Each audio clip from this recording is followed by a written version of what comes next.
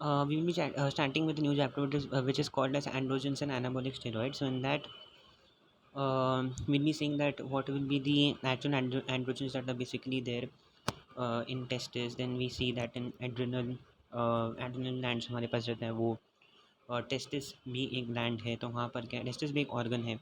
Then adrenal glands हमारे पास है. Then we have the ovaries जब विच आर प्रेजेंट. तो कहाँ पर हम लोग को नेचुरल एंड्रोजन्स बेसिकली मिल सकते हैं. वे can we get on these natural androgens. तो बेसिकली 5 से 12 mg जो है बेसिकली टेस्टिस की अगर हम बात करें तो, and this is only in males. Testis and adrenal तो सबको पता है कि मेल्स में ही होगा. हाँ हाँ, मतलब जो ये चीज़ें हैं. और ओवरी जो है ऑफ कोर्स फीमेल्स में. एक सेकंड, बराबर है. तो हम लोग वो पढ़ते हैं अभी टेस्टिस का जो बेसिकली है कि 5 to 12 milligrams of testis basic testosterone जो है टेस्टिस रोज सीक्रेट करता है 5 से 12 mg. So this point we have to remember. Part of which is converted in extraglandular tissues to the extraglandular tissues मतलब ऐसे टिश्यूज़ जो हमारे टेस्टिस को छोड़ के हैं. देखो, तो उन टेस्टिस को छोड़ के जो टिश्यूज़ हैं बेसिकली वहाँ पर, ठीक है ना, वहाँ पर जो है basically it is converted to more active dihydrotestosterone that is DHT by enzyme called as your 5 alpha reductase. ठीक है, तो 5 अल्फा रिडक्टेज की हेल्प से हम लोग टेस्टोस्टेरोन को DHT में कन्वर्ट कर सकते हैं इन अदर पार्ट्स, मतलब in other extra glandular tissues. But as far as this testis is concern, वहाँ से 5 से 12 mg तो रोज़ टेस्टोस्टेरोन निकलता है. अगर हम एड्रेनल ग्लैंड्स की बात करें तो again the same things will be happening. Small quantities will be release by adrenal gland also, and specifically dehydro इपाइंड्रोस्टेरोन and एंड्रोस्टीन डाइओन. ठीक है, सो डीहाइड्रो इपाइंड्रोस्टेरोन. ठीक है ना, सो dehydro इपाइंड्रोस्टेरोन and then we have एंड्रोस्टीन डाइओन. Then so ये भी कुछ हमारे नेचुरल एंड्रोजन से बेसिकली जो सीक्रेट हो जाते हैं. And then they are having week potency that is one से, मतलब हाँ, मतलब बहुत ही ज़्यादा वीक पोटेंसी होती है उनकी. And they converted to testosterone in tissues. Okay, तो जो टिश्यूज़ रहते हैं बेसिकली उसके अंदर वो कन्वर्ट हो जाते हैं इनटू टेस्टोस्टेरोन. और इतना याद रखना है कि एड्रेनल ग्लैंड के अंदर जो स्मॉल क्वांटिटीज ऑफ टेस्टोस्टेरोन तो है ही, और उसके साथ साथ जो है आपके पास डिफरेंट तरीके के नेचुरल एंड्रोजन्स देखने को मिलते हैं. जैसे कि हमारे पास है dehydro इपाइंड्रोस्टेरोन and then we have एंड्रोस्टीन डाइओन. ठीक है, जिनकी वीक पोटेंसी होती है as compare to your week androgen potency basically as compare to testosterone. Correct है. अच्छा, ये तो हमने एड्रेनल ग्लैंड की बात कर ली. Now will be talking about ovaries. तो ओवरीज के अंदर भी small quantities of testosterone secret होता है. एंड हाँ, और इवन जो फीमेल्स के अंदर एड्रेनल ग्लैंड होता है वो भी स्मॉल अमाउंट ऑफ जो है सीक्रेट करता है टेस्टोस्टेरोन. ठीक है, so total around 0.25 to 0.5 milligrams per day. तो उनके अंदर जो टेस्टोस्टेरोन की लेवल्स होती हैं वो काफ़ी कम रहती है. 0.25 से लेकर 0.5 मिलीग्राम्स पर डे. तो अगर आप देखने की कोशिश करोगे तो in males testosterone levels were basically around point testosterone levels were like different in case of males if you see. Correct है. तो in case of males testosterone levels basically were like 0.6 sorry 0.6 क्या बोला हमने, 5 to 12 milligrams per day. But as कम मतलब females के अंदर तो it will be like 0.25 से लेकर 0.5 milligrams per day. सो यूज डिफरेंस. देन हम जाते हैं सिंथेटिक एंड्रोजन्स की तरफ. तो नेचुरल एंड्रोजन्स बहुत सारे देखिए. Now we'll have to see synthetic androgens. So these are synthetic androgens which are nothing but 15 methyl testosterone and fluoxymesterone. So what we have is methyl testosterone and fluoxymesterone. Always do this chapter, जैसे कि progesterone का जो chapter है या फिर ये वाला जो चैप्टर है, ये ऐसे चैप्टर्स हम लोग को मेड केम के साथ करनी चाहिए. उसके स्ट्रक्चर्स आपको समझ में आएंगे एग्जैक्टली. अब यहाँ पर बोला हुआ है 17 alkyl substituted derivative of testosterone. तो अभी मुझे इतना याद नहीं है मेडकेम का, बट इतना मुझे याद है कि स्टेरॉयड का स्ट्रक्चर जो रहता है वो ऑलमोस्ट अराउंड, जैसे हम बात करते हैं ना प्रेग्नेन स्ट्रक्चर, जो प्रेग्नेन रहता है आई थिंक 21 रहता है. And if I am not wrong, sorry I might be wrong as well. और जो हमारा एंड्रोस्टेन है वो भी अराउंड आई थिंक एंड्रोस्टेन भी 17 है कि क्या है, आई डोंट रिमेंबर, 19 है शायद वो। और एक और है हमारे पास 18 है। सो ऐसे स्टेरॉइड्स की जो कार्बन लेंथ होती है वो डिसाइड होती है। तो यहाँ पर मतलब टेस्टोस्टेरोन को जो एक डेरिवेटिव है जहाँ पर हमारे पास एक अल्काइल सब्स्टिट्यूशन है वहाँ पर, तो वो बन जाएगा मिथाइल टेस्टोस्टेरोन, सिंपल सी बात है, बराबर है। और फ्लोक्सीमेस्टेरॉन भी एक 17 अल्काइल डेरिवेटिव ही है टेस्टोस्टेरोन को, तो that you have to remember. Okay. Orally active resistance to first pass metabolism, तो ऑफ कोर्स ओरली एक्टिव है, तो ओरली एक्टिव है मतलब क्या बात हो जाती है, सिंपल सी बात ये हो जाती है कि हमको याद रखना पड़ता है कि अगर ये ओरली एक्टिव है तो फर्स्ट पास मेटाबॉलिज्म से रेजिस्टेंट है, सिंपल सी बात है। एंड दे आर हैविंग सब मैक्सिमम, मतलब not much but at least half of the activity androgenic efficacy, potential to cause कोलेस्टैटिक jaundice. आपको सबसे पहले मालूम होना चाहिए व्हाट इज जॉन्डिस। तो जॉन्डिस के अंदर ये होता है कि जहाँ पर आपके ब्लड्स के अंदर बिलिरुबिन की मात्रा काफ़ी ज़्यादा हो जाती है, that is hyper बिलिरुबिनीमिया। So in those cases basically your jaundice is caused, correct है। Now you might be thinking that what is कोलेस्टैटिक jaundice. तो कोलेस्टैटिक जॉन्डिस का एक अच्छा वर्ड है, एक simple word to understand is obstructive jaundice. तो what happens in obstructive jaundice और कोलेस्टैटिक jaundice is जहाँ पर आपका बेसिकली जो लिवर है, okay, it is not able to secret bilirubin और drain bilirubin basically into the intestines from the blood. सो क्योंकि drainage नहीं हो पाता अच्छी तरह से, तो ब्लड के अंदर ही बिलिरुबिन रह जाता है, and that is Y jaundice will be caused. तो ये क्यों नहीं लिवर बेसिकली बराबर ड्रेनेज कर पा रहे हैं, because of some obstruction, that is why इसका नाम ये दिया हुआ है obstruction jaundice.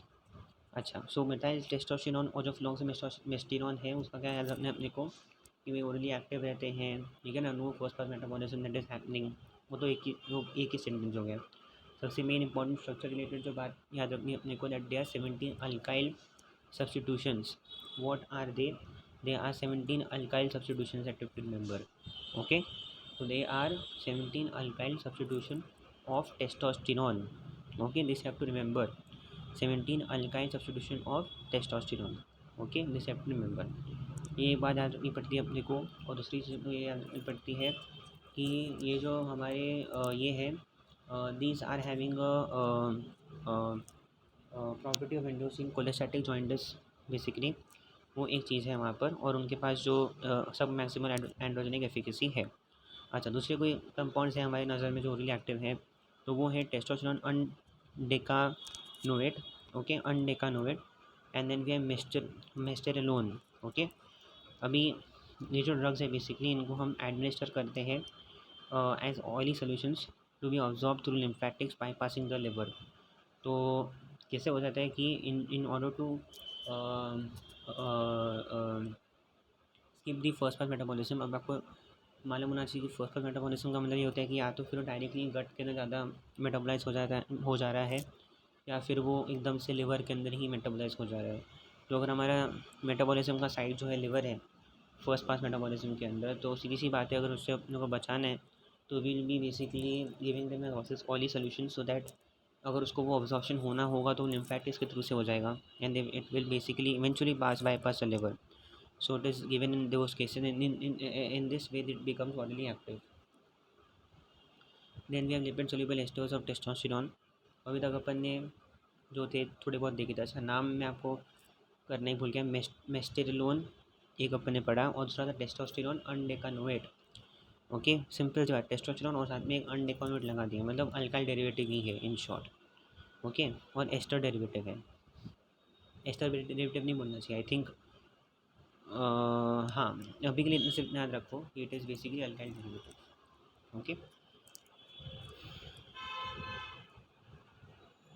Then lipid soluble esters of testosterone suitable for injection in oily vehicle, ठीक है, absorb slowly exert prolong action after the esterification in the body.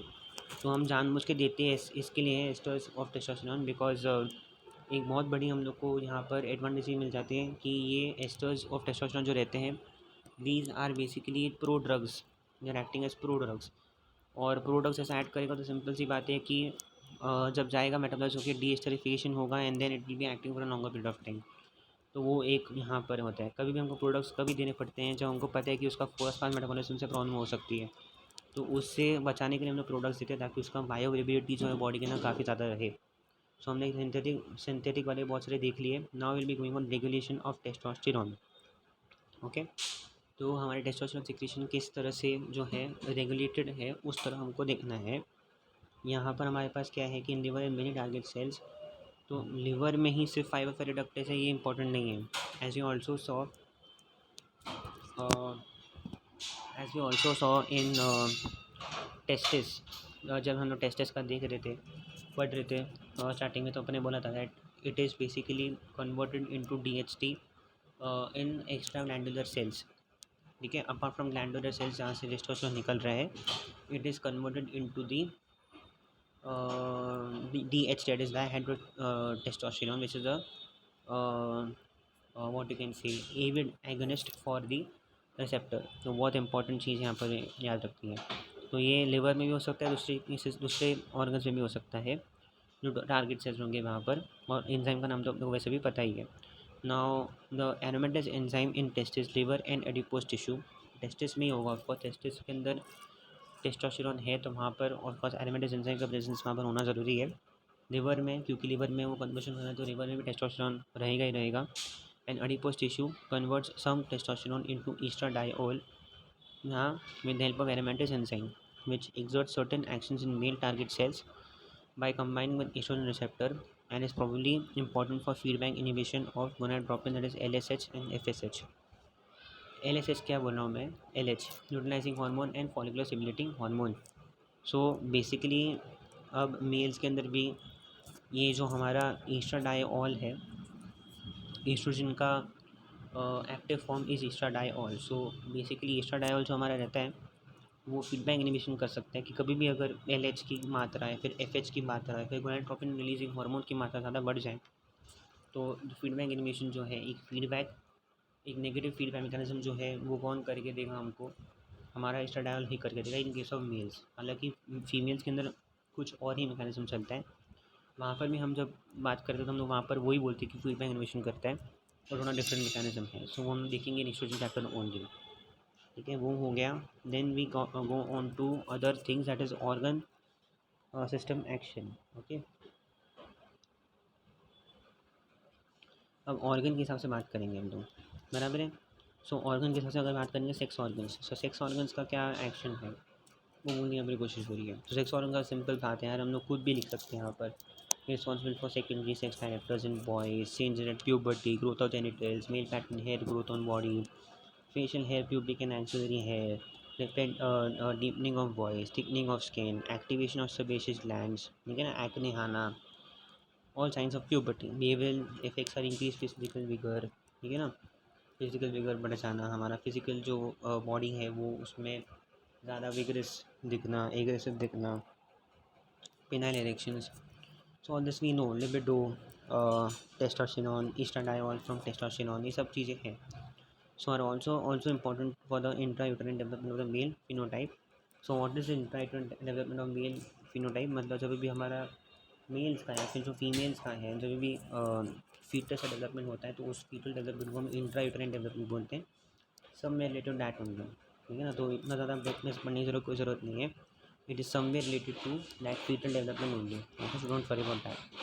तो वही सब कुछ है, सेक्स ऑर्गन में तो कुछ भी लिख सकते हो आप। बट जब हम आते हो टेस्टिस पे, तो टेस्टिस पे चीज़ें डिफरेंट हो जाती हैं। Moderately dark dosage cause testis atrophy, तो अगर ज़्यादा टेस्टोस्टेरोन रहेगा तो टेस्टिस का एट्रोफी हो सकता है।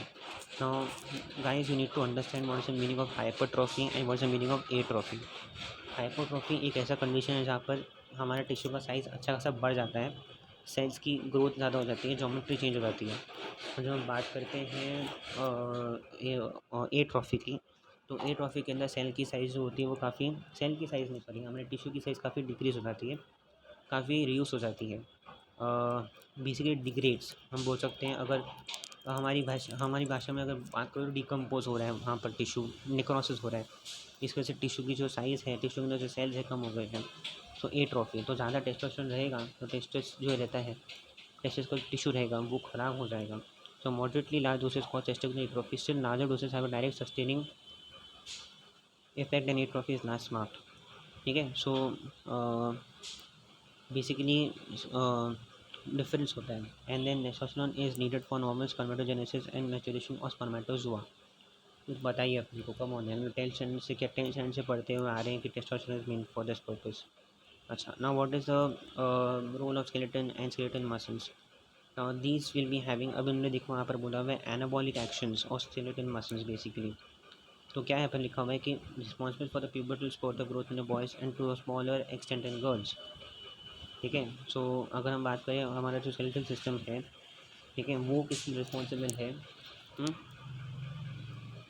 There is rapid bone growth. Okay, there is rapid bone growth, बराबर। Then after puberty the epiphysis fuse and मीनर growth comes to a halt. Okay, mails females में कम बोला हुआ है क्योंकि वहाँ पर स्केलेटल या फिर स्केलेटल मसल चेंजेस काफ़ी कम होते हैं। मेल्स में काफ़ी ज़्यादा होते हैं बिकॉज वहाँ पर मसल डेवलपमेंट ज़्यादा हो रही होती है। जैसे हमने बात की कि फिजिकल डेवलपमेंट काफ़ी ज़्यादा हो रही होती है, तो उस हिसाब से हम लोग बात करें। Responsible for pubertal spot of growth in boys and a small extent in girls. तो after puberty the epiphysis fuse and linear growth comes to a halt. तो उससे भी नॉर्मल चीज़ अपने को बोलना है, जैसे स्केलेटल मसल्स या फिर स्केलेटन का बात करें ना अपन, नॉर्मल बातें करनी है अपने यहाँ पर, ऐसा कुछ ज़्यादा बात करनी है। तो पूछेगा ना कि what is the role of skeletal and skeletal muscles in males, तो डिफरेंट बात बोलनी है। और एक्सट्रोजन, जब हम एक्सट्रोजन और प्रोजेस्टेरोन का भी बात कर लेते ना, तो तब भी हमने ये बात की थी। अच्छा, now when we talk about sex organs पे थोड़ा डिफरेंट हो जाता है ऑफ कोर्स। सेक्स ऑर्गन्स पे थोड़ा केस डिफरेंट हो जाता है। नहीं, सेक्स ऑर्गन्स पे अपने को ऐसी बात करनी है, testis then of course specific to males only. But then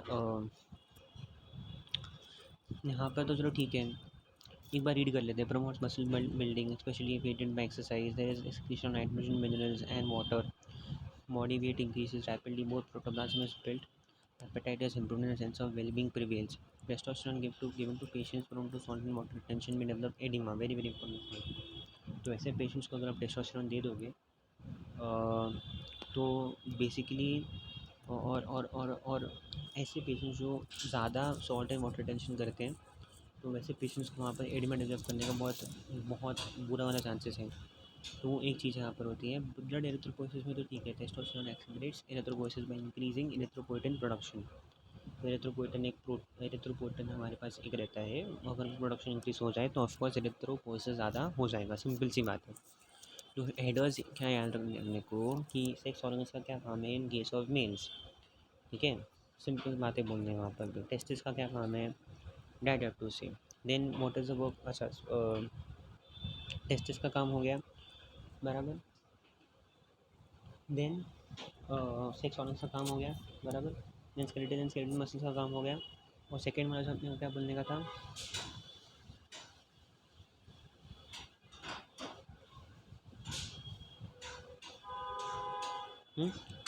second वाला तो अपना ये है एरिथ्रोपोइसिस, बराबर।